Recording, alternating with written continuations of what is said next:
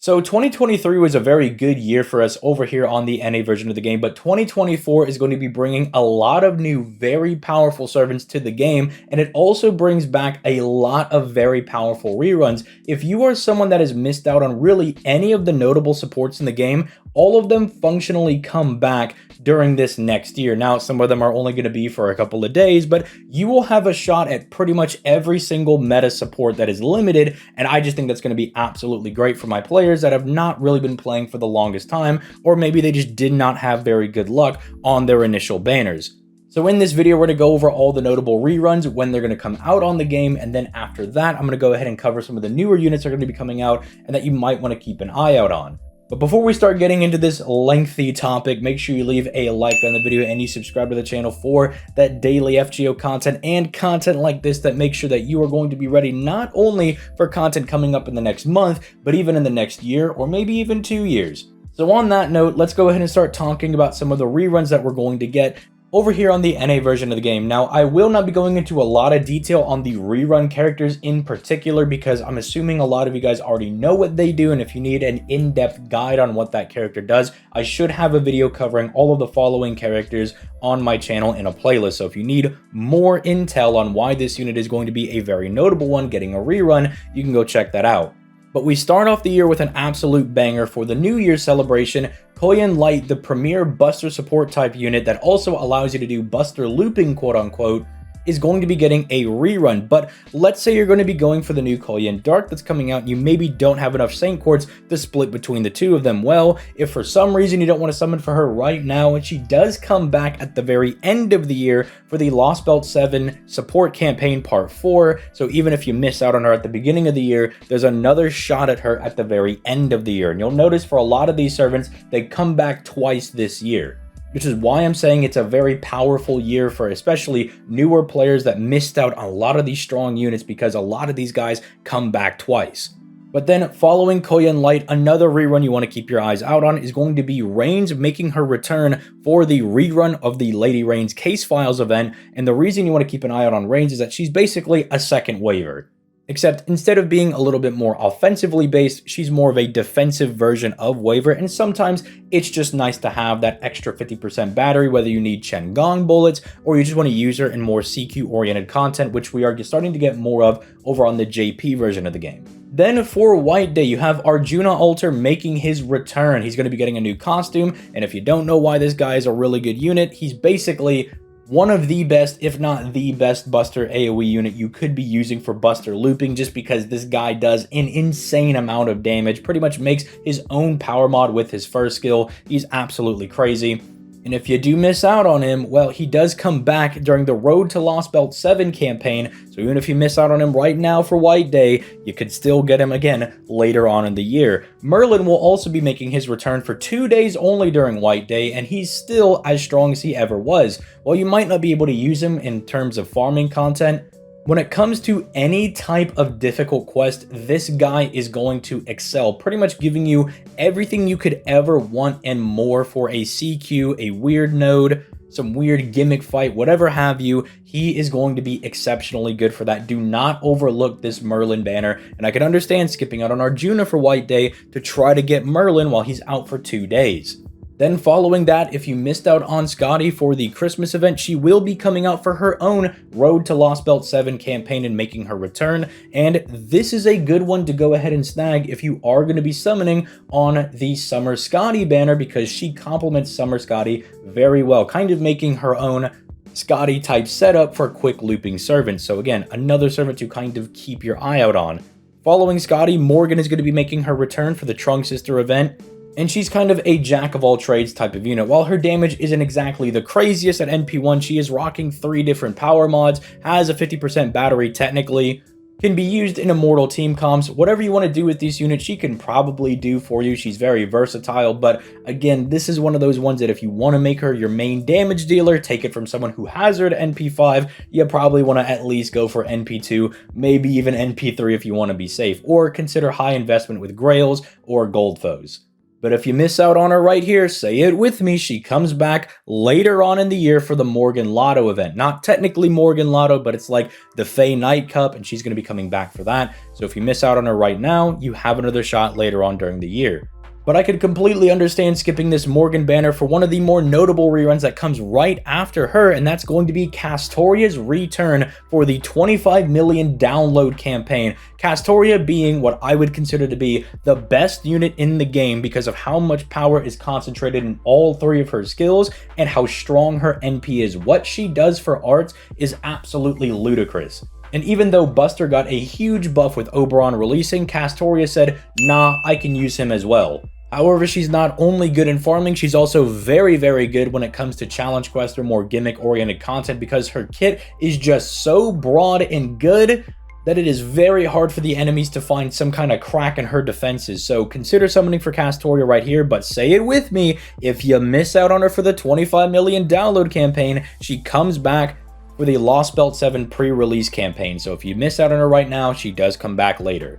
I did list this as a notable rerun. It is Kama coming back for the Oku main interlude that we're going to be getting.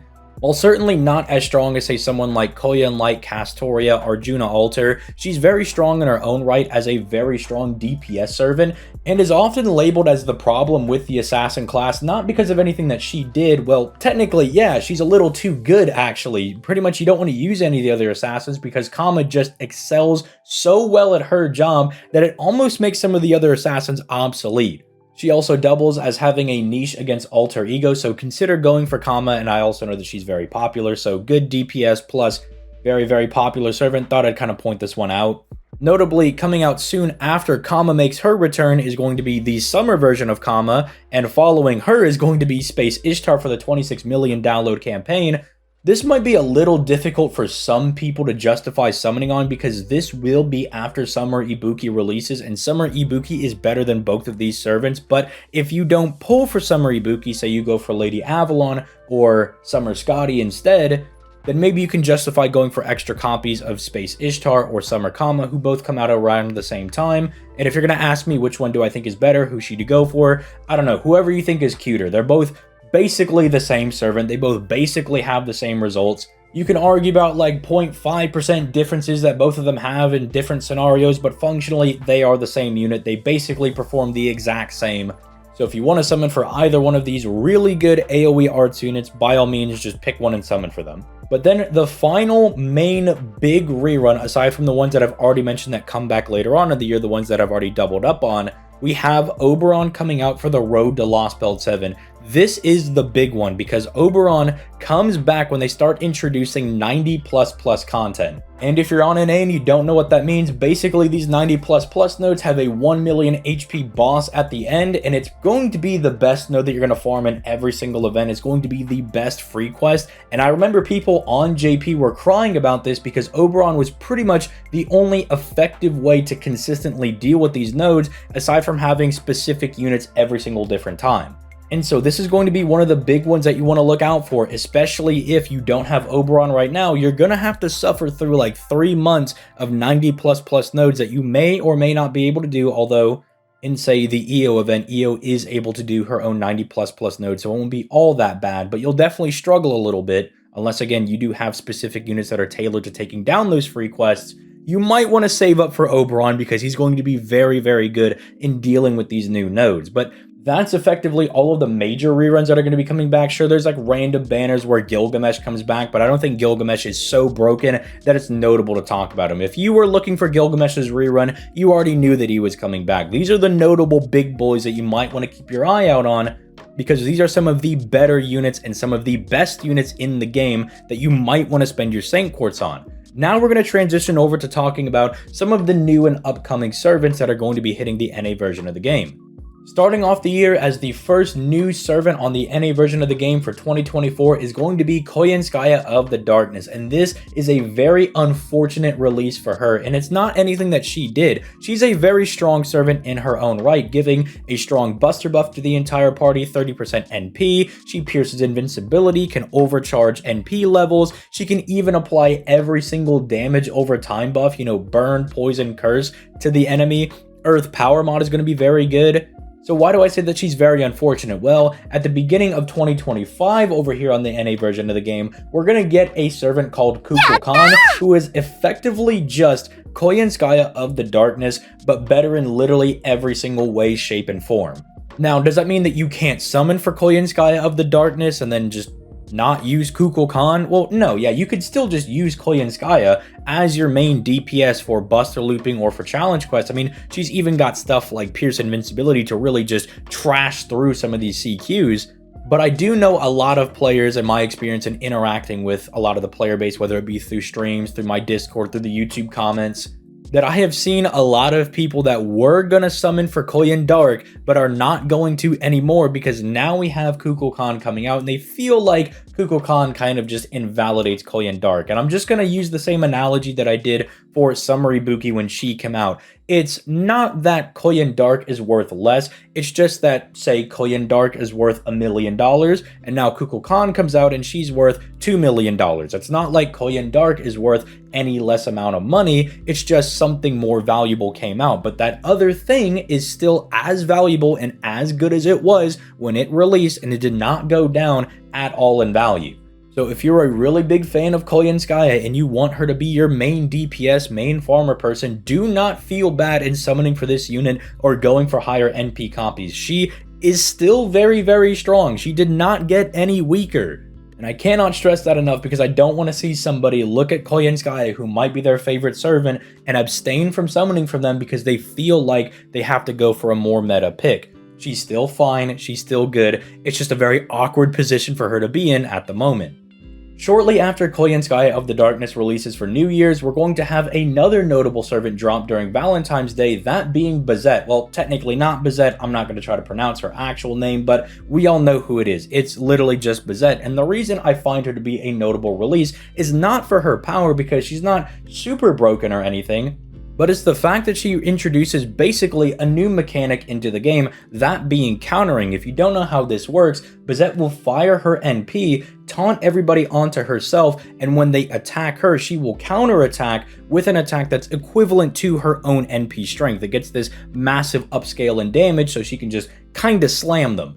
And with having decent survivability, providing stars, good card buffs, a really good counter against caster type enemies, specifically while being an alter ego, so any caster enemies are going to get melted by her, she's a very fun servant to use. I mean, she even has a 50% battery to really get her going, and again, you can use her as a farmer if you want to in some weird type of setup, because she will taunt everybody onto her, and so she'll just kind of counterattack everybody through the node. She's very fun to use in more difficult content.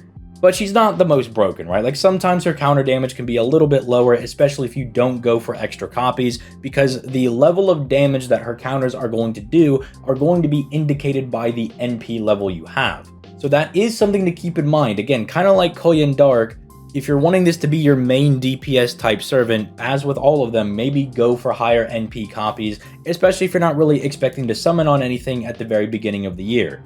Now we're going to skip all the way down to the anniversary, because there are some new units that do come out between Valentine's Day and the 7th anniversary, but none of them are super broken or do anything kind of new that I think is worth noting, especially in comparison to all the hype that is going to be around the 7th anniversary unit, that being Arcoweed herself. Now, there is a lot to talk about this unit. One, she's pretty good. She has a 100% battery on a Buster AoE servant. She can Black Grail farm. That's absolutely insane. But here's the caveat.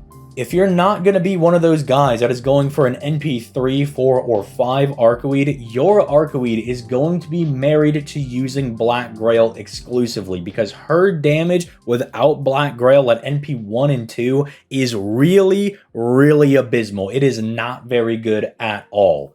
Which the appeal for Arcoweed is that since she has that 100% battery, effectively no matter what event you throw her in, she can always do a 6 CE setup, because she has that 100% battery, and you're going to loop that battery back by the final node with like Atlas Academy double Koyanskaya, and you'll be absolutely fine. But the issue is the actual damage she's going to be doing. Now, when you have Black Grail at NP 1 and 2, you don't really notice it that bad, but as soon as you start going into an event and you want to use her at her best, which is using a full CE setup so you get the maximum amount of drops possible, you will start to notice, especially with the dawn of 90++ content, that just NP1 and NP2 is not enough for this servant. And one of the reasons that Arcoid is so popular over on the JP version of the game is that if you do go in for like NP4, NP5, you really max out your Arcoid, then you can just bring her to whatever you want. Like, you don't have to swap out anything at all whatsoever. Just slap in the new CEs and call it a day. Doesn't matter if it's the bronze, silver, gold currency. You just use her and she just rip and tears through everything. Which is why right now I'm trying to warn a lot of the more free-to-play player base that if you do want to use Arcoid, you know, she'll be fine in, say, the 90+ content. You know, 200k enemy maybe with some nice crits or face cards, you'll be okay. But if you want to use her for everything and you see people clearing all sorts of crazy nonsense with her, you're gonna want to go more on the NP3 or higher side. And that's why on streams where I have discussions and stuff, when I talk about Arcoid, she's either one of the more like okay buster farmers or she's one of the best ones in the game, because are we talking about the NP5 or the NP1 Arcoid? Which are discussions you don't really have around people like, say, Arjuna Alter, where it's like, okay, NP1, NP2, you're probably going to be fine, but Arcoid is set up in a way that the more you put into her, the more value you're going to get out of this unit. And to be fair, you do get a free Black Grail if you choose it during the 7th anniversary, so that definitely can help you out. They did not leave Arcoid to just kind of hang and dry over there. They actually gave her something. They're like, okay, if you go for Arcoid, you can get a free Black Grail. So at the very least, it's not max limit broken, but it will help her out a lot. However, following the anniversary, this is where all of the power of Year 7, I believe, was concentrated. Summer 7 is gotta be one of the most broken set of banners I have ever seen in FGO's history. There are 3 banners we're getting for this, not the usual 2, 3 of them. The first one is going to bring Proto Merlin into the game as Lady Avalon. She is effectively a power crept version of the Buster Merlin turned into an art support. So everything that Merlin does, she does, but a little bit better. And I'm not kidding. They just tagged extra little effects like increasing the entire party's NP overcharge on the charisma skill for no reason. She has the same AoE nope skill, you know, the illusion skill that gives the entire party invincibility, but for some reason, for Lady Avalon, it allows her to fire her NP turn 1 immediately, which is like one of the very few problems that Merlin has, is that he might not be able to get going fast enough in some of the newer content. No, immediately she can get going, and her NP is just Merlin's, but better. It still gives you the NP. Still provides the stars, but instead of healing you, it increases your max HP. The only thing that they didn't power creep was the hero creation skill, because instead of a buster buff, it's an arts buff. It's still 100% crit damage for 1 turn, and you still get the max HP buff on it, but it is absolutely ludicrous. For the first starting banner, Lady Avalon is certainly an absolute banger. The only downside to Lady Avalon is that her banner has Summer Gareth on it, and they did her really dirty.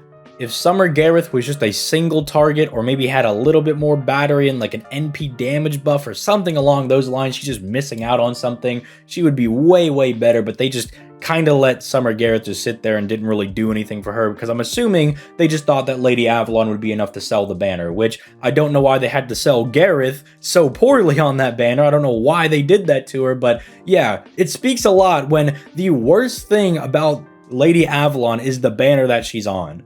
And you can even use her in arts farming setups as well. She gives you enough attack, she gives you NP, she gives you the big arts buff that she's also just useful when it comes to farming as well. You can slot her in there for, I don't know why, maybe you don't have Castoria, you skipped out on her for Lady Avalon. Congratulations, you can use Lady Avalon for farming as well. So it's just absolutely nuts.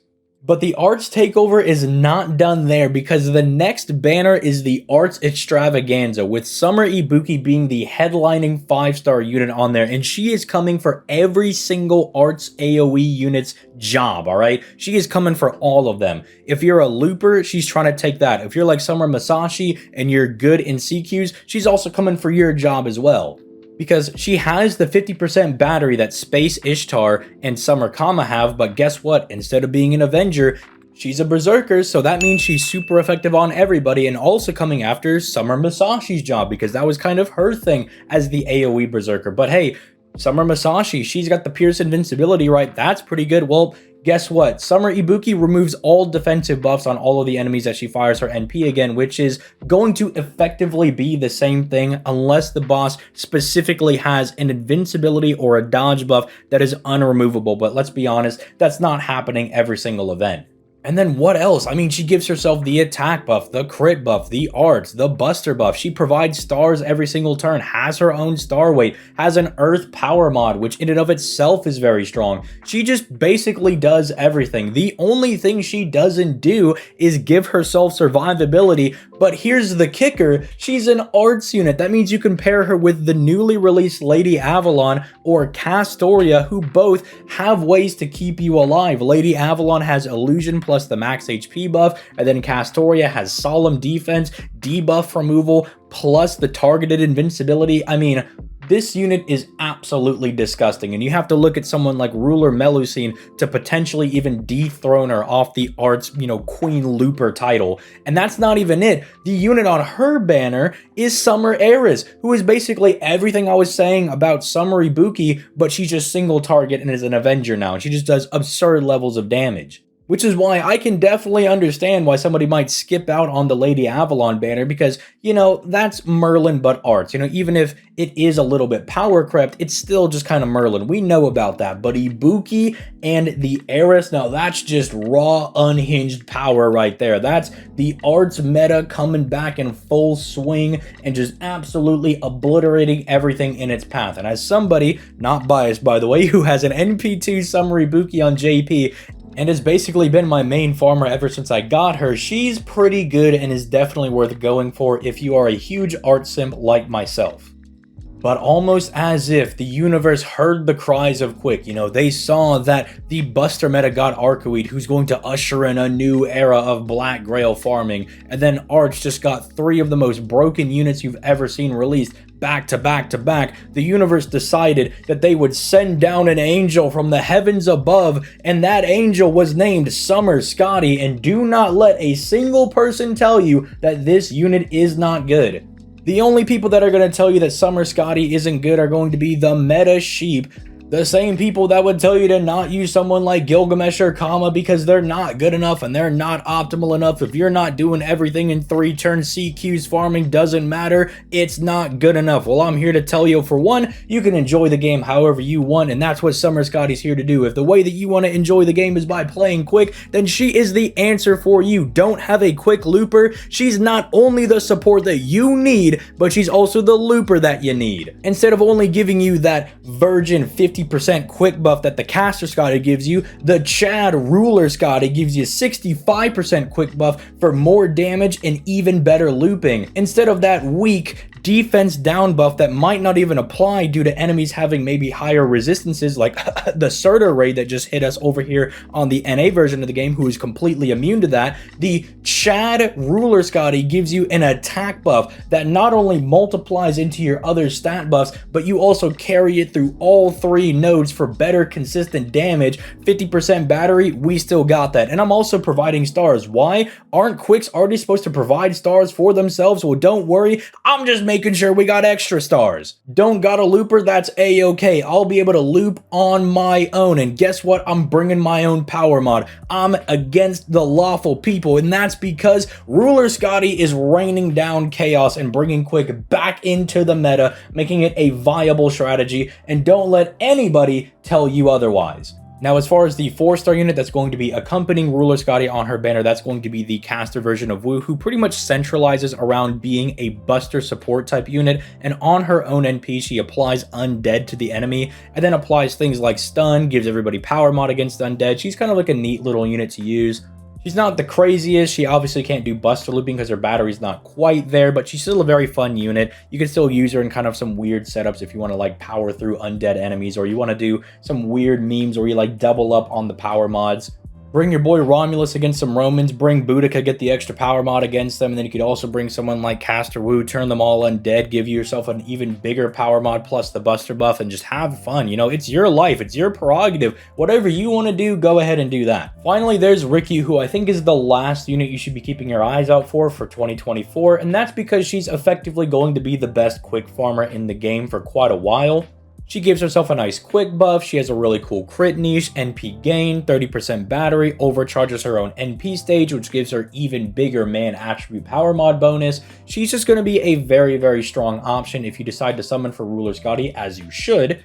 And is almost unfortunate in a way because Rikyu drops, and then right after she comes out, we have Huyan who comes out, who's a very strong AoE quick assassin, and then we also have Britomart come out, who's a very strong AoE quick lancer. And it's just going to hurt their releases. It's going to make them not be as hyped because we already have Rikyu in the game. And so having the best quick AoE unit as opposed to going for suboptimal quick AoE units, unless you really like Huyan or you really like Britomart, you know, no shame in still summoning for them if you really like them or you like their designs. But as far as hype around their events is going to be concerned, I can't imagine it being all that high because, again, their releases are going to be a bit spoiled by the fact that Rikyu released before them. But that is going to be all of the releases that I believe are going to be notable for the year of 2024 for the NA version of the game. Let me know in the comments down below which rerun you're most looking forward to and what new unit you're most looking forward to. Again, there are some of those that I did not talk about that are going to be very hype. I know Charlemagne is on a lot of people's radars for people that played Fate Extella Link. I know there's a couple of weirdos out there that are really excited for Constantine. Me, I still have PTSD from staring at him for about a month over on JP when his event was releasing, so I don't want that guy anywhere near me. But on that note, leave those thoughts in the comments down below, leave a like on the video, and subscribe to the channel, and I will catch you guys in the next one. Peace late, guys.